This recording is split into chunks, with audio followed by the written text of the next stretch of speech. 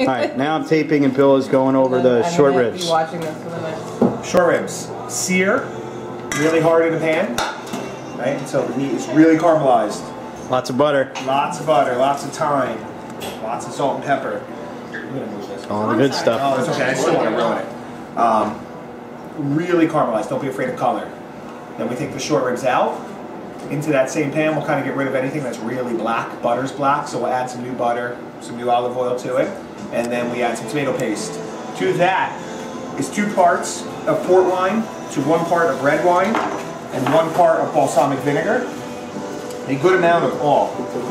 We put that in to our vegetables and our tomato paste, and we let that reduce down until it's almost a syrup. It's going to be really thick and kind of viscous. Into that, we then add our short ribs back. We put new herbs. We take all the old herbs out. Are the short ribs covered at that point, or how high up on the meat are we talking? And depends on the reduction. Completely covered. We do all our braises. okay, so you're using a ton of that stuff and bringing it down. If you read, sort of Escoffier stuff, a braise is supposed to be halfway up the side of the meat. Karen, I keep telling you about the Escoffier stuff. Okay.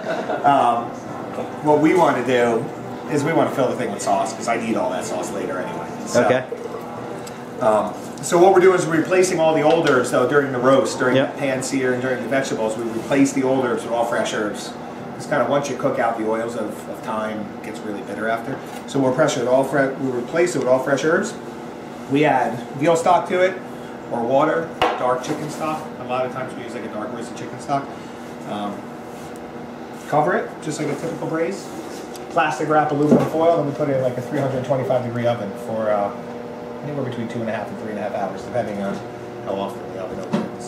Till they're really tender, till they're like this. I mean, they're perfect. Then we take that sauce. For us, we complicate the heck out of everything.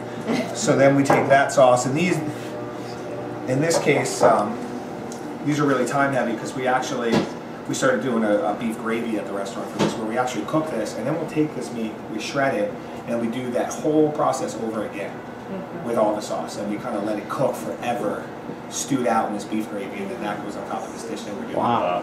Yeah. So, but in our case, we're not going to do that. Can you do them at the same time? So you're making 2 sauces, one for the gravy and one for... Well, what we'll do is we'll take the meat, we'll kind of start the process over, we take all that sauce and we add it back in. So we'll fortify that sauce over and over again. Kind of everything we do, especially with like braises or roasts, is just building layers. And that's a lot of people kind of, if you don't have the time, it's Keller. Remember, it took me like 3 days just to make the... Oh yeah, what were you making? Just like I don't even know what it was, like marinade that we kept it in for like an hour, but it took me 3 days to make the marinade. Okay. And so this is kind of an unfinished version of the sauce, and an unrefined, not clean version. And then back over here, we kind of have a finished version of the sauce. Again, they were all, meat came in yesterday, so we were like marinating and braising and going and trying to finish the sauce today, getting it all down. That's kind of it. So what we're going to do now is, at some point, cover it again, throw it in the oven, let this whole thing get warm. That's it. Really simple. So these are done.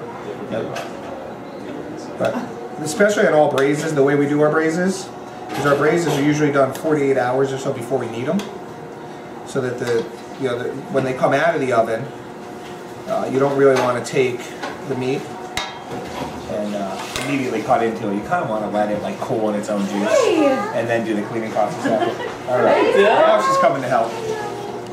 so yeah. So that I started filming this after, but he had one long short rib with the bone removed, cut it up into these little medallions, and now we're going with it.